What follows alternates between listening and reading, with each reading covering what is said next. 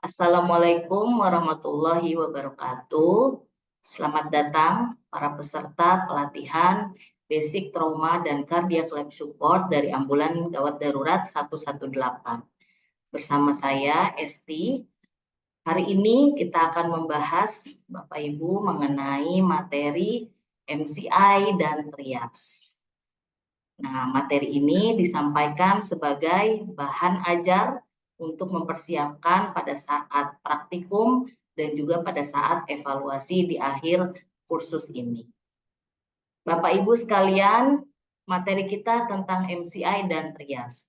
MCI ini adalah Mass Casualties Incident, yang dalam bahasa Indonesia disebut dengan korban massal.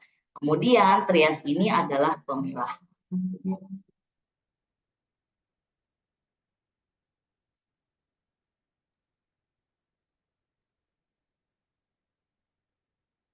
Sebelum kita membahas mengenai trias dan bagaimana cara melakukan trias, di sini ada tujuan dari pembelajaran pada hari ini.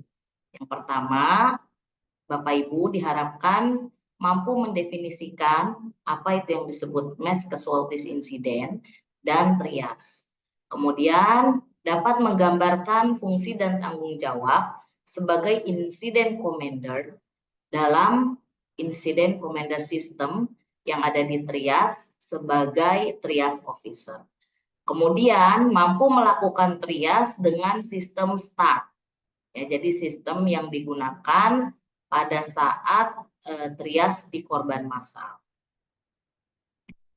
Sebelum kita membahas tentang triasnya sendiri, di sini ada beberapa pengertian mengenai MCI atau Mass Casualties Incident.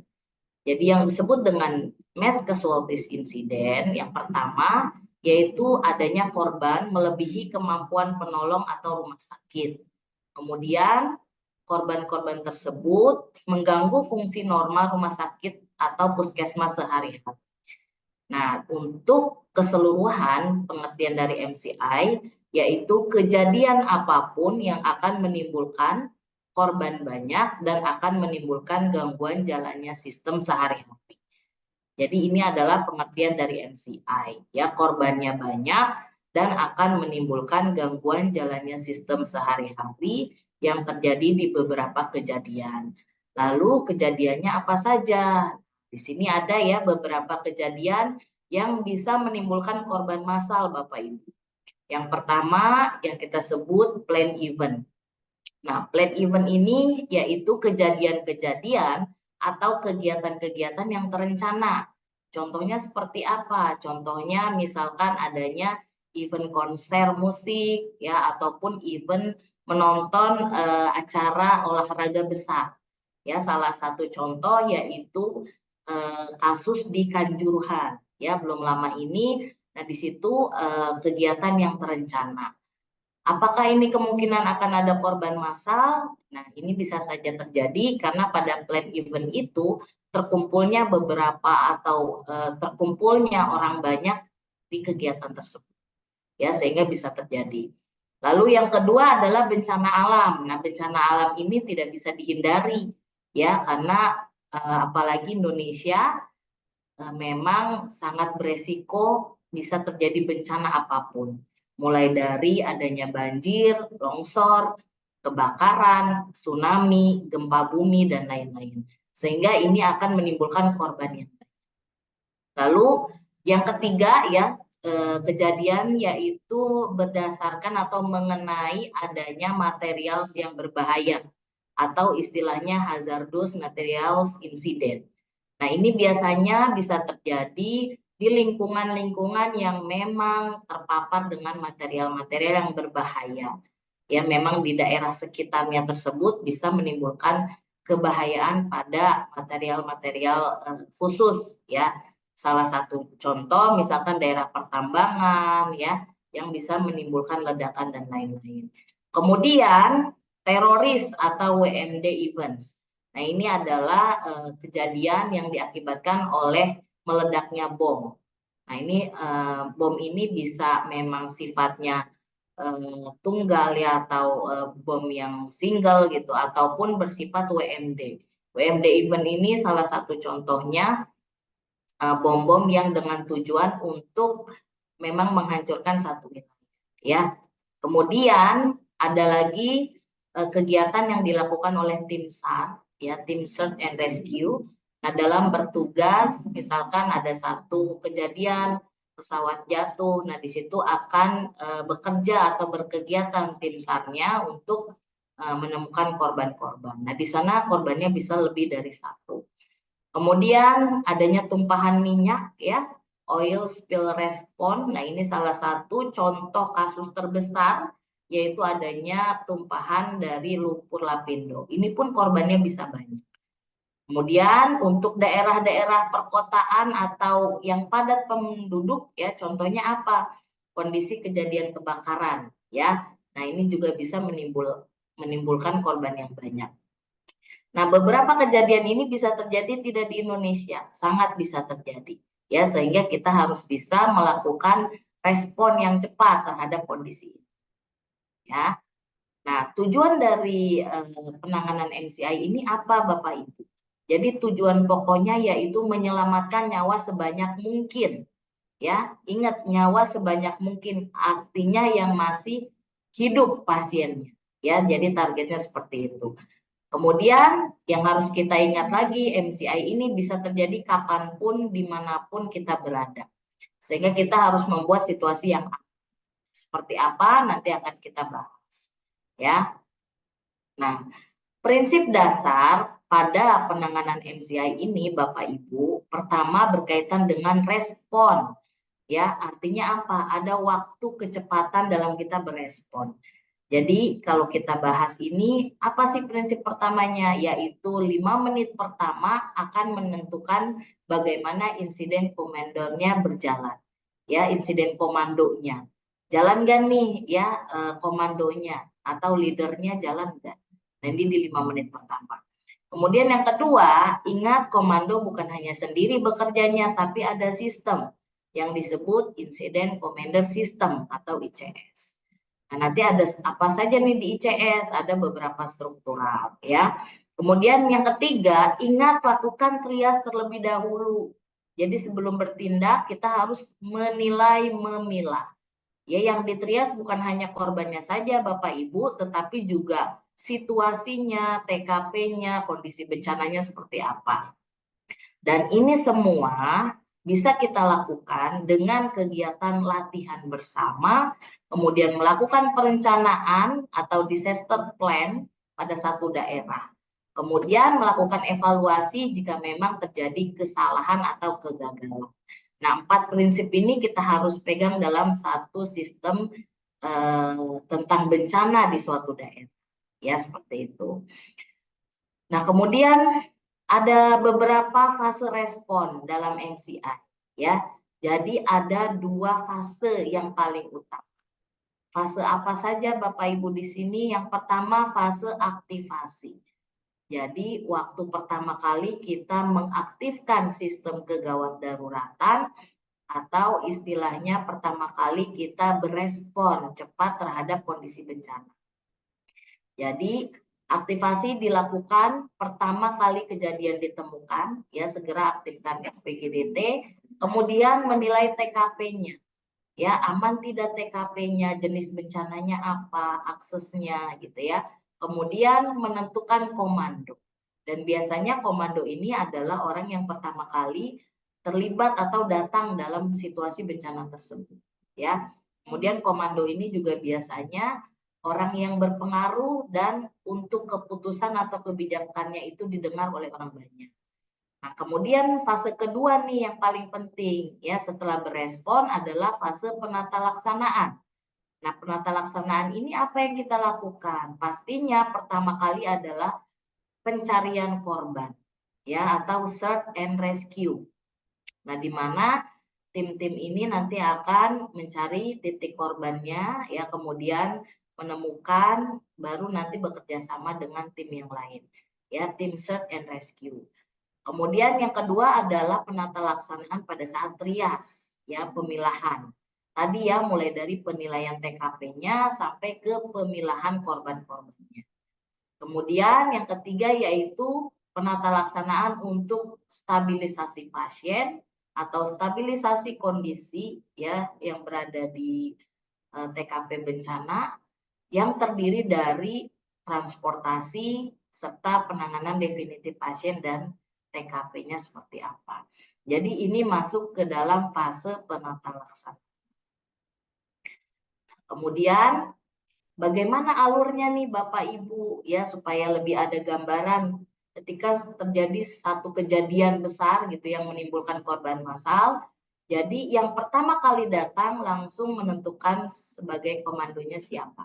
Ya. Nah, tadi saya ingatkan lagi komandonya biasanya orang yang paling berpengaruh dalam daerah tersebut atau dalam negara tersebut. Kalau suatu daerah misalkan ada RT-nya, kalau misalkan lebih besar lagi, misalkan Pak Lurahnya, atau suatu negara berarti bisa jadi presidennya atau menteri-menterinya sebagai komando. Karena kebijakannya pasti diikuti. Ya. Kemudian lakukan penilaian. Penilaian pertama, tadi ya TKP-nya seperti apa, aman atau tidak bencananya. Kemudian perkiraan jumlah korban. Nah, perkiraan jumlah korban ini nanti berkaitan dengan respon terhadap stabilisasi serta transportasi. Ya, jadi untuk jumlah korban ini kita kategorikan menjadi 3 level. Ya, level 1, level 2, level 3. Level 1 ini berada pada jumlah korban sekitar 20 sampai 50. Gitu ya. Kemudian kalau level 2 50 sampai 100, kalau level 3 lebih dari 100 korbannya. Nah, kemudian yang ketiga ya penilaiannya untuk permintaan sumber daya tambahan jika dibutuhkan. Contoh misalkan untuk level 1 kita memerlukan rujukan di satu daerah tersebut yang terjadi bencana, minimal rumah sakitnya misalkan tipe A. Gitu ya. Nah, kalau level 2 dengan jumlah korban yang lebih banyak, maka kita harus membagi antara pasien yang dibawa ke rumah sakit tipe A atau tipe B atau tipe C. Nah, kalau untuk level 3 ini masuknya sudah ke bencana nasional. Mengapa demikian? Karena biasanya memerlukan bantuan dari rumah sakit lain sebagai pusat rujukan. Ya, misalkan terjadi di daerah A, ya provinsi A. Nah, sampai memerlukan rujukan ke rumah sakit provinsi yang B atau C. Nah, ini level 3. Nah, itu kalau kita lakukan penilaian dari jumlah korban. Setelah dilakukan penilaian, maka identifikasi staging area, yaitu membuat area-area yang akan dilakukan atau mengumpulkan korban-korban di area tersebut. Ya, jadi area penanda. Nanti akan kita beri tanda dengan warna biasanya. Warna kuning, warna hijau, warna merah, atau warna hitam. Nah, staging area ini pun memiliki kriteria area-area yang bisa aman dilakukan untuk mengumpulkan pasien itu seperti apa. Contohnya misalkan areanya harus berjarak kurang lebih 30 sampai 50 meter dari pusat bencana. Kemudian areanya harus melawan arah angin. Kemudian areanya harus luas. Nah, ini harus dipikirkan pada saat membuat staging area. Kemudian langkah berikutnya apa setelah membuat area-area yang berwarna tadi? Maka segera lakukan pemilahan secara cepat. Ya, istilahnya disaring di awal. Bagaimana caranya? Dengan mengumpulkan korban-korban yang bisa berjalan atau istilahnya walking wounded. Ya, jadi silakan Bapak Ibu berteriak untuk mengumpulkan korban-korban yang bisa berjalan tadi. Nah, setelah korban-korban yang bisa berjalan tadi dikumpulkan dalam satu area yang aman, maka lakukan langkah berikutnya yaitu arahkan petugas trias untuk memulai trias. Jadi trias ini dilakukan pada korban-korban yang tidak bisa berjalan. Ya, nah ini adalah alur ya ketika terjadi bencana yang harus dilakukan. Nah, untuk lebih jelasnya lagi, tadi ya saya sudah katakan di awal bahwa insiden komando tidak bisa bergerak sendiri, tapi harus ada sistemnya supaya dalam bertindak ya ada kerjasama di antara tim. Nah, ICS ini terdiri dari beberapa struktural. Yang pertama sebagai komando, ya komando ini membawahi bagian yang lain tentunya. Ya, memiliki kebijakan yang harus diikuti, mampu membuat keputusan secara cepat.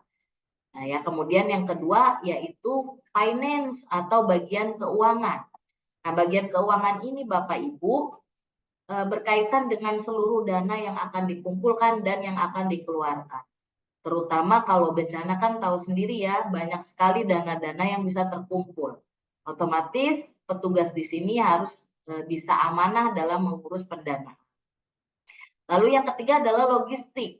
Logistik ini yaitu berkaitan dengan kebutuhan. Kebutuhan ini bisa dibagi menjadi dua, kebutuhan medis dan non-medis. Pada kebutuhan medis yang harus kita catat atau kita kumpulkan ya, yaitu berkaitan dengan kondisi-kondisi kesehatan seperti alat-alat kesehatan, obat-obatan, sampai kepada SDM-nya. Ya, jadi kebutuhan akan misalkan spesialis bedahnya kurang atau perawatnya atau mungkin bidannya sesuai dengan kebutuhan. Nah, kalau logistik non medis sudah pasti berkaitan dengan sandang, pangan dan papan. Ya, ini yang harus dikelola oleh logistik. Kemudian yang keempat yaitu tim operasional. Nah, operasional ini biasanya yang turun langsung ya, yang terdiri dari tim trias, tim transport, tim stabilisasi, nanti masuk ke dalam operasional. Dan yang terakhir adalah planning. Planning ini yaitu tugasnya merencanakan satu SOP yang benar, ya, yang kita kenal dengan istilah disaster plan.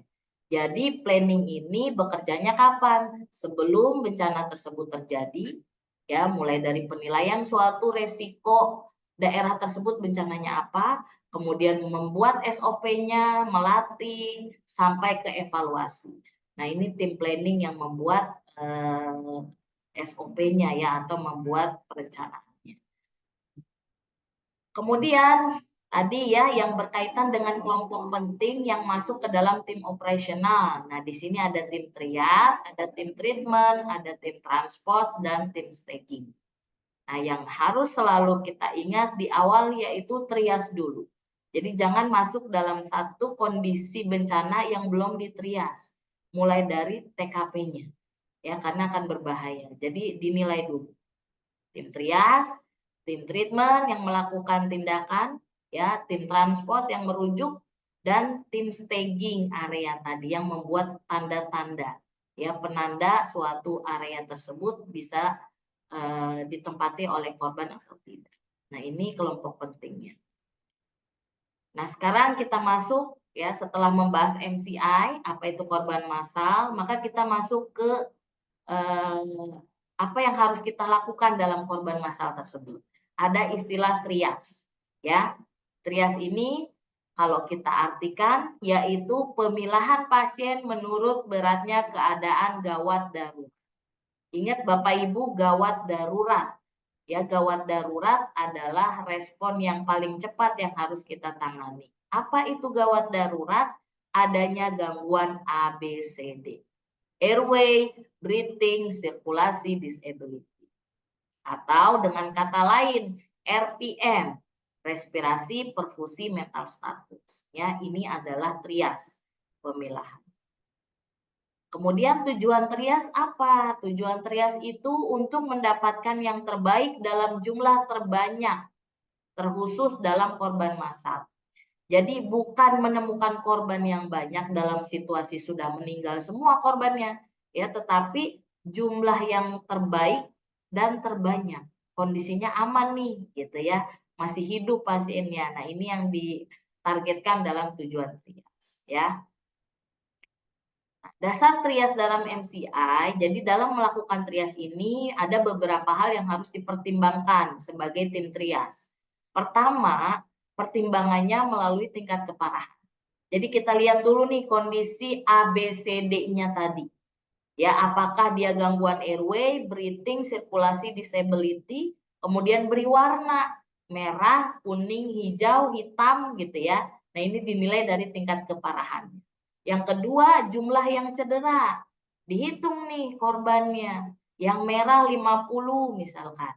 Kemudian yang kuning ada 20, yang hijau 10, total 80 ya. Nah, ini jumlah yang cedera. Kemudian pertimbangan lagi untuk penanganannya sumber daya yang ada. Oh, sumber daya yang ada tenaga medisnya hanya misalkan 50 orang. Nah, maka pakai pertimbangan terakhir dalam melakukan stabilisasi, yaitu kemungkinan korban yang selamat yang didahulukan. Oh, berarti yang saya tolong kalau jumlah tenaga medisnya sedikit, maka yang saya tolong adalah kemungkinan korban selamat dahulu. Ya, kecuali jumlah korbannya kurang daripada jumlah tenaga medisnya. Jadi lebih banyak tenaga medisnya. Baru yaitu kita lakukan pertolongan untuk semua korban secara bersama. Ya, karena nggak boleh ada yang dicuekin atau tidak dilakukan tindakan nih ya untuk korban-korban ini. Nah, jadi ini pertimbangannya ada 4 poin. Lalu prosedur trias bagaimana? Kita lakukan trias itu selama 60 detik atau 1 menit untuk bisa menilai ABCD. Ya, jadi tidak melebihi 1 menit. Jadi kita harus terus-terus latihan nih Bapak Ibu ya untuk menilai ABCD dalam waktu 1 menit. Kemudian setelah dinilai juga sampai kepada tentukan fasilitas pelayanan terbaik untuk perawatan lanjutan di IGD dan di lapangan. Jadi sudah sampai menentukan apa yang harus dilakukan. Bisakah ditangani di TKP atau memang harus dirujuk? Gitu ya. Ini yang kita lakukan pada prosedur trias. Nah, sebelum kita ke trias bencana, sekarang kita beralih sedikit ya Bapak Ibu untuk SOP lain yang disebut trias single pasien. Ya, kenapa ini kita berikan sebagai bahan tambahan? Karena kasus ini yang akan Bapak Ibu sering temukan di rumah sakit. Ya, sebagai petugas medis rumah sakit pasti akan menemukan kondisi ini. Yang dikenal trias single pasien atau trias 1 pasien. Nah, trias single pasien ini sangat penting dilakukan di IGD dalam kondisi penuh atau tindakan pembedahan hampir memenuhi kapasitas. Contohnya kayak gimana? Contohnya misalkan datang 5 pasien ya dengan kebutuhan pembedahan kelima-limanya. Nah, di sini baru dilakukan pemilahan ya. 5 pasien ini dilihat kondisinya.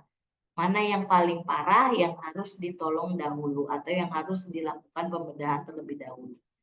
Nah, ini yang disebut single pasien trias. Sehingga prioritasnya membolehkan UGD untuk memprioritaskan pasien dan meminimalkan morbiditas atau mortalitas. Justru yang ditolong yaitu yang tingkat kematian dan kecacatannya lebih tinggi kalau tidak buru-buru ditolong. Nah, ini single pasien trias. Untuk single pasien trias biasanya menggunakan kategori trias sendiri sesuai dengan SOP rumah sakit tersebut. Ya. Jadi bukan dengan warna sebetulnya, bisa menggunakan kategori trias sendiri. Ada yang menggunakan istilah emergent, urgent atau non-urgent, silahkan. Ya, atau dengan istilah lain sesuai dengan SOP atau kiblatnya masing-masing boleh. Contoh rumah sakit tersebut menggunakan SOP dari USA, maka bisa menggunakan istilah immediate, urgent, delay, atau death. Atau dia kiblatnya Prancis, berarti pakai U1, U2, U3, U4. U di sini adalah urgent. Atau pakainya UK, ya kiblatnya pakai P1 sampai P4 priority, atau negara-negara NATO boleh pakai treatment 1 sampai treatment 4 ya, T1, T2, T3, T4, atau gunakan bahasa yang memudahkan, bahasa Indonesia. Silahkan. Kenapa Bapak Ibu? Karena biasanya trias single pasien ini justru yang melakukan trias itu bukan petugas medis. Karena trias single pasien ini harusnya dilakukan di luar UGD, bukan di dalam UGD. Ya. Nah, kalau di Indonesia sendiri kan yang di dalam UGD tenaga medis, tapi kalau yang di luar UGD biasanya adalah non medis. Contohnya adalah security, mungkinnya atau pembantu orang sakit. Nah, di sini mereka-mereka yang harus bisa menentukan trias ya sebenarnya. Ya, karena kita masih menggunakan tadi yang jaga di luar itu adalah non medis. Ya, kecuali tenaga medisnya sudah standby di luar. Nah, jadi gunakanlah bahasa yang mudah dimengerti. Boleh ya pakai bahasa Indonesia, segera, secepatnya, dapat ditunda, mati. Sehingga semua orang mudah mengerti istilah ini. Itu ya. Nah, ini yang bisa dilakukan. Kemudian di sini juga ada beberapa tanda trias ya yang digunakan di beberapa rumah sakit. Nah, tadi ya sesuai dengan kiblatnya bisa menggunakan P1, P2, P3 gitu ya, ataupun dengan istilah lain. Nah, ini bisa dilakukan sesuai SOP. Nah, sekarang kita bahas mengenai masalah-masalah dalam kategorinya tersebut tadi ya. Contoh masuk ke kategori segera atau immediate atau P1. Apakah pasien-pasien tersebut atau bagaimanakah kondisinya? Nah, di sini ada beberapa contoh. Ya, ada trauma mayor, ada kondisi akut miokardial infark atau MCI, ada obstruksi jalan nafas, ada tension pneumotorak, ada flail chest disertai kontusio paru, ya yang lebih mengancam nyawa lagi, atau adanya shock hipovolemik kelas 3 kelas 4, atau adanya luka bakar dengan cedera inhalasi. Ini masuk ke immediate atau segera harus ditangani. Karena jika tidak ditangani, pasiennya akan mengalami kematian yang cepat. Nah, ini yang masuk segera. Berikutnya yang masuk urgent atau secepatnya. Contohnya seperti apa? Contohnya pada pasien dengan cedera vertebra dan spinal. Ya, kemudian adanya fraktur femur tapi tidak disertai dengan shock. Ya, Bapak Ibu, kalau disertai dengan shock hemoragik kelas 3 kelas 4 masuknya tadi. Ya, immediate. Kemudian cedera kepala tertutup. Kemudian adanya luka bakar tanpa trauma inhalasi dan adanya appendicitis akut ya, ini yang masuk ke dalam secepatnya. Ya, pasien-pasien ini biasanya rentan bila tidak ditangani dalam hitungan jam. Ya, kalau yang immediate tadi hitungan detik ke menit. Nah, kalau ini ke jam hitungan. Ya, bisa membahayakan. Lalu yang ketiga yaitu dengan kategori delay atau dapat ditunda. Ya, contohnya apa? Contohnya kasus-kasus pada korban laserasi, kontusio, ya ada memar, ada lecet, ada abrasi ketika kecelakaan gitu ya. Kemudian ada fraktur ekstremitas atas dan demam. Ya, ini masuk kepada kategori dapat ditunda. Dan ingat demam di sini juga sebagai catatan demam yang tidak ada kejang. Ya, Bapak Ibu, kalau ada kejang berarti masuknya ke immediate karena ada gangguan jalan nafas. Seperti itu, ya. Ya, jadi 3 kategori ini bisa dilakukan atau sebagai pertimbangan Bapak Ibu pada saat di rumah sakit melakukan trias. Nah, sekarang baru kita beralih ke trias dalam kondisi bencana. Ya, pada kursus ini yang kita gunakan adalah standar START. Ya, jadi menggunakan standar START dalam trias bencana. Karena ada beberapa standar ya. Nah, dalam kursus ini menggunakan START. START ini adalah Simple Triage and Rapid Treatment. Ya, jadi melakukan trias dengan sederhana, dengan cepat, dan bisa melakukan tindakan-tindakan yang mudah dilakukan dengan cepat. Ya, ini disebut START.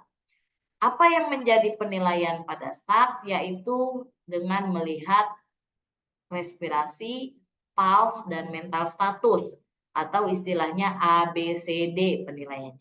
RW-nya bagus nggak? Breathing-nya, sirkulasi, kemudian disability. Ya, oke. Nah, dalam trias ini baru kita kategorikan dengan warna, Bapak Ibu, ya. Jadi menurut START sendiri ada beberapa kategori yang bisa kita berikan dengan lambang warna. Warnanya ini ada 4, ada minor, warna hijau, kemudian merge atau warna hitam, kemudian immediate, ada warna merah, dan delay, ya warna kuning.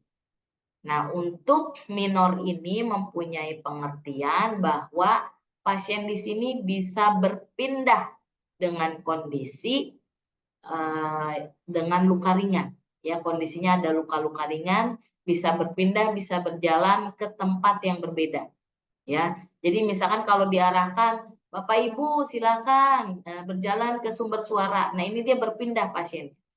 Nah, ya berpindah. Ini diberi hijau. Kemudian jika hitam, hitam itu dengan kategori tidak ada pernafasan setelah dibuka jalan nafas. No respiration after head tilt. Ya, jadi ini yang dilakukan, kita berikan warna hitam. Ya. Lalu untuk kategori merah ada 3 nih Bapak Ibu. Ya, dinilai dari airway breathing. Breathingnya itu lebih dari 30. Ya, maka berikan warna merah. Atau kita nilai sirkulasi, di mana bisa dinilai dari perfusi menggunakan CRT, capillary refill time, jadi kita tekan bagian ujung kukunya, ya, atau bisa juga dengan mengecek nadi, ya. Nah, jika misalkan capillary refill-nya lebih dari 2 detik, maka diberikan warna merah. Atau yang ketiga nih kategorinya, dinilai disability-nya, yaitu kesadaran pasien. Dengan cara bagaimana? Dengan cara memberikan perintah sederhana. Jika dia tidak mengikuti perintah, maka diberikan warna. Ya, jadi unable to follow simple command. Dikasih komen atau perintah sederhana dia nggak bisa. Nah, di luar situasi yang sudah diberikan warna kuning, hijau, hitam, dan merah, maka disebutnya kuning atau delay. Contohnya seperti apa? Contohnya biasanya pasien-pasien yang fraktur dan tidak bisa berpindah gitu ya, tidak bisa berjalan. Nah, ini diberi warna kuning. Oke, tidak ada gangguan ABCD ya. Oke. Nah, bagaimana sih alurnya biar jelas lagi ya? Jadi kalau kita bahas alur berarti di sini ada proses ya. Jadi alurnya itu dimulai dari tadi pemilahan di awal. Ya, disaring dulu di awal dengan cara memberikan komando atau berteriak. Ya, bagi Bapak Ibu yang bisa berjalan, ya silakan berjalan ke sumber suara. Nah, yang bisa berjalan tersebut kita beri warna hijau. Nah, ya ingat berpindah dari TKP berpindah ke sumber suara. Kemudian yang kedua, ketika sudah semua dipisahkan, yang tidak bisa berjalan baru kita lakukan trias atau pemilahan dengan cara menilai ABCD. Ya, kita cek pasiennya. Ya, respon, kemudian cek nafas, pasiennya tidak bernafas, lakukan rapid treatment-nya yaitu buka jalan nafas. Ya, lihat ke alur yang sebelah kiri, buka airway. Nah, ketika pasiennya dibuka jalan nafas tidak bernafas, maka langsung kasih hitam. Di sini tidak ada CPR. Langsung aja tagging dulu kasih tanda hitam. Nah, kemudian kalau pasiennya bernafas ketika dibuka jalan nafas berarti kasih merah. Ya, langsung diberikan tagging. Pasien yang lain kita cek. Ya, Pak, berespon, bernafas, nilai nafas. Kalau nafasnya lebih dari 30, maka berikan merah. Langsung kasih tagging ya. Pasien yang lain lagi, yang ketiga misalkan, Pak, dinilai masih bernafas, nafasnya masih aman, kurang dari 30. Nilai sirkulasi dengan menilai CRT atau nadi. Ya, raba nadinya atau arterinya. Jika nadinya teraba cepat dan lemah denyutannya atau CRT-nya lebih dari 2 detik, maka dikategorikan merah. Nah, pada pasien dengan kondisi gangguan sirkulasi ini biasanya ada perdarahan. Boleh rapid treatment-nya Bapak Ibu gunakan balu cepat, tekan perdarahannya secara cepat.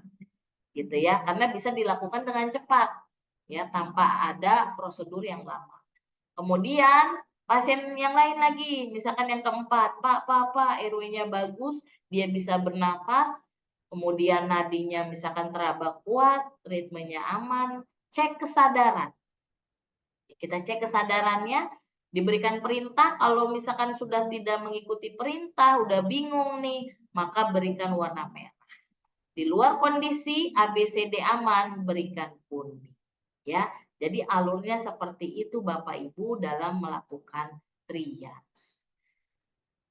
Kemudian trias tadi kan diberikan tanda dengan warna. Baiknya ya Bapak Ibu mempunyai kartu trias atau tag trias sesuai dengan SOP yang Bapak Ibu ikuti.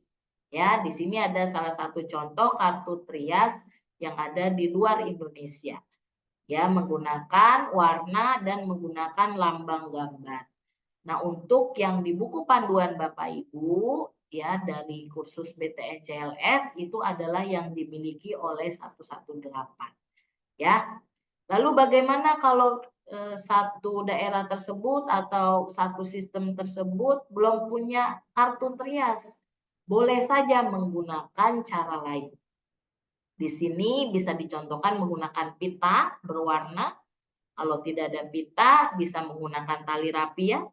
Kalau tidak ada tali rapia dalam kondisi sangat emergensi, bisa menggunakan penulisan dengan pulpen atau dengan spidol.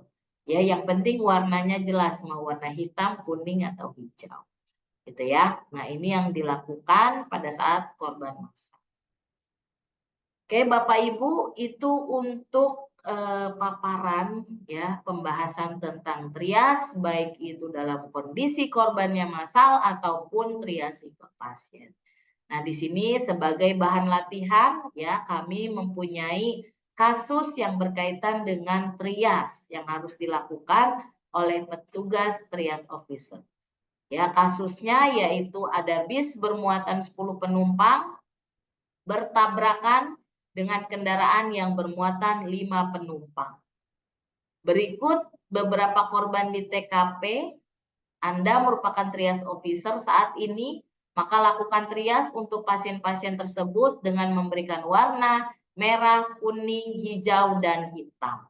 Ya, dengan mengikuti kriteria START. Ingat tadi kalau START berarti pertimbangannya nilai A, B, C, D-nya.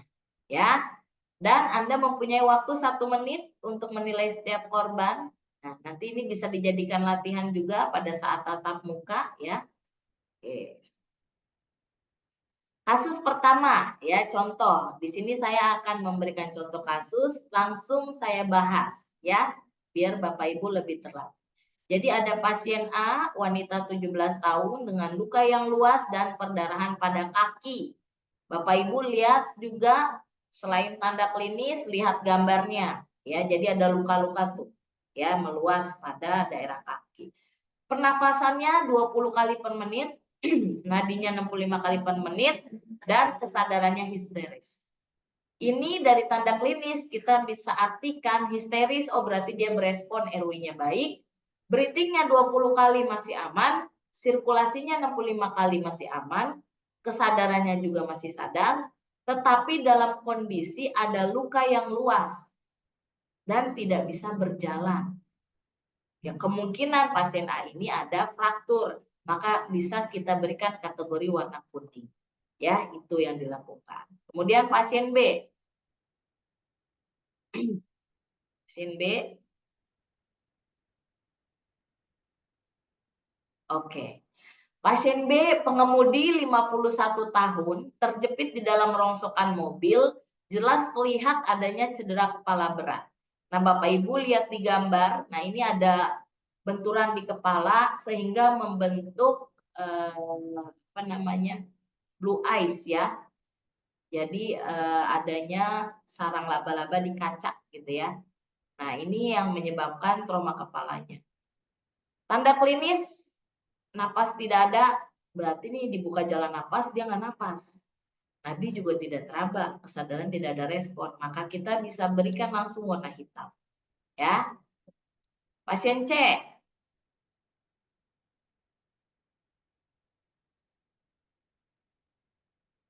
Pasien C, pria 45 tahun, mengeluh nyeri pada saat bernafas, terdapat luka memar dan bercak darah pada dada kiri. Tanda klinis, pernafasan 35 kali per menit, nadi 120 kali per menit, kesadaran sadar. Nah, ini bisa dilihat, oh RW-nya baik, ya, breathing-nya 35 kali per menit, nadinya 120 kali per menit, ya, pasiennya kesadaran sadar, tapi dinilai dari breathing dan sirkulasi sudah mengancam nyawa, maka diberikan kategori merah, ya, seperti itu. Pasien D, anak laki-laki 3 tahun berada di jok belakang mobil, kondisinya pernafasannya pada saat awal ditemukan tidak ada, nadinya masih teraba lemah, kesadaran menurun, ya. Nah, ini bisa dilakukan teknik buka jalan nafas nih pada anaknya. Nah, nanti ketika dibuka jalan nafas, jika dia bernafas, maka berikan warna merah. Ya, jadi itu yang dilakukan. Berikutnya pasien E, Bapak Ibu lihat di gambar ya, ini contoh trauma abdomen. Wanita 26 tahun berjalan di TKP. Nah, dia berjalan-jalan di TKP nih, tanpa ke sumber suara. Lalu pasiennya mengeluh nyeri pada perut, terdapat memar yang luas. Nafasnya 24 kali per menit aman, nadinya 120 kali per menit, kesadaran sadar. Maka kita beri warna merah karena sirkulasinya sudah mengancamnya. Ya, dan ada trauma abdomen yang bisa perdarahan banyak, ya. Kemudian pasien F, anak perempuan 6 tahun menangis tidak terdapat luka. Nafasnya 35 kali per menit, nadinya 110 kali per menit, kesadaran sadar. Apa nih yang harus kita berikan warnanya pada tagging area pada taggingnya? Maka bisa kita berikan warna merah, ya.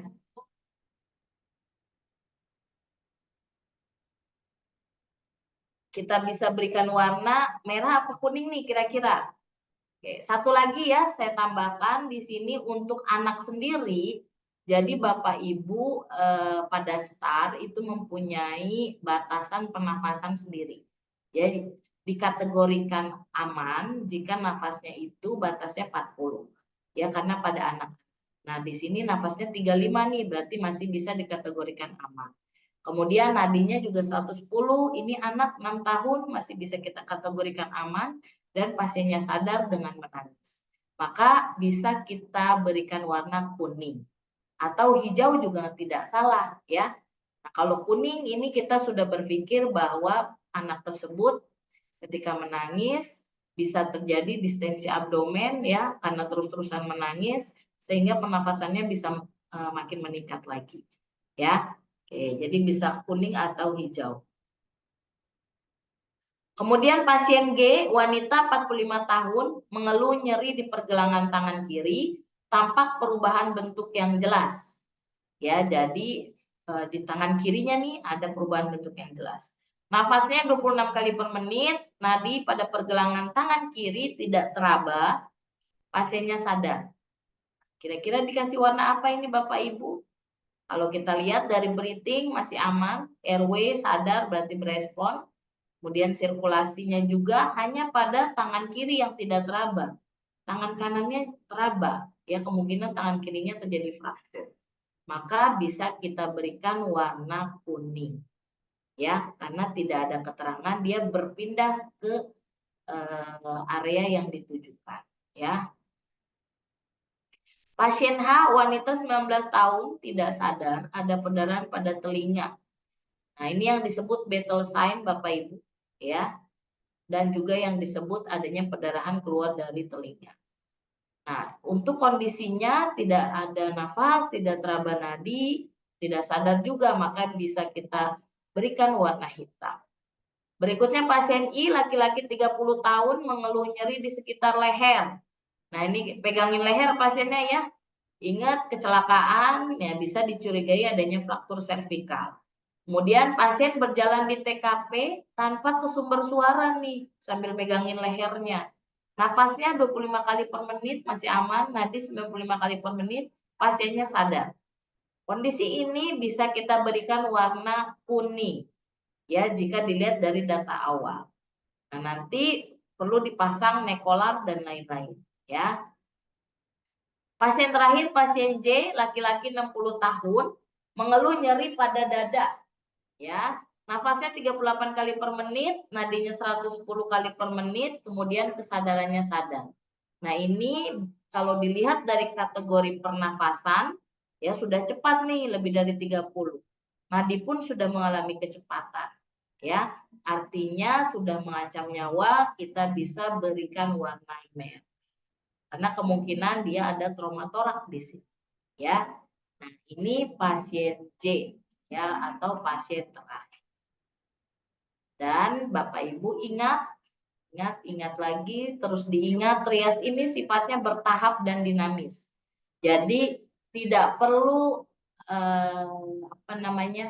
diributkan jika tidak sama trias pertama, trias kedua, karena memang sifatnya akan berubah kondisi pasien. Ya, maka dari itu trias dibagi menjadi menjadi 3, ya. Jadi ada primary trias. Primary trias ini trias di awal ditemukan pasien di TKP. Kemudian secondary trias berikutnya, ya, ketika sudah dipisahkan akan dirujuk nih, maka dilakukan trias lagi, disebut secondary trias. Atau tertiary trias, jadi ketika sudah nyampe rumah sakit dipilah-pilah lagi nih, maka itu disebut tertiary trias. Dan seterusnya, ya, jadi menilai kondisi korban terus menerus. Nah, ini pada trias bencana. Oke, mungkin itu saja Bapak Ibu sekalian untuk semua peserta. Jika ada pertanyaan, bisa ditanyakan pada saat tatap muka bersama instruktur yang terlibat dalam pelatihan Bapak Ibu yang dilakukan, ya.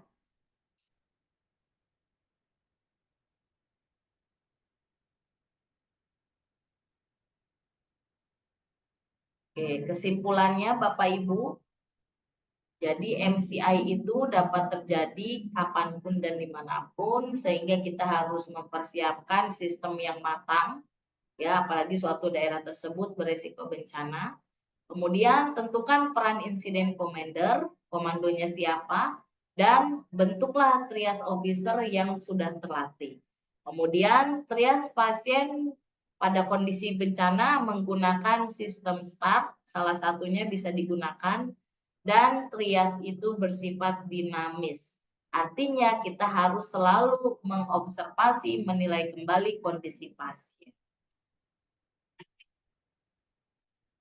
Terima kasih Bapak Ibu untuk perhatiannya di materi trias dan MCI ini.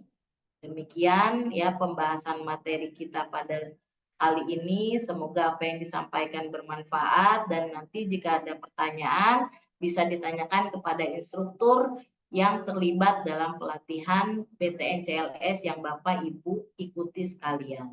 Dan jika ada pertanyaan mengenai kursus-kursus lain yang tersedia di ambulans gawat darurat 118, bisa menghubungi kami di kontak person, ada nomor handphone yang tertera, kemudian ada email dari marketing kami @agd118.org, kemudian ada website kami di www.ambulans118.org. Dan bisa juga Bapak Ibu jika ingin bertanya langsung, kantor kami ada di Jalan Pahlawan Raya nomor 50 Ciputat, Tangerang Selatan. Demikian materi trias dan MCI ini dalam pelatihan basic trauma dan cardiac life support. Sampai ketemu di pelatihan-pelatihan yang lain dan di materi-materi yang lain. Assalamualaikum warahmatullahi wabarakatuh.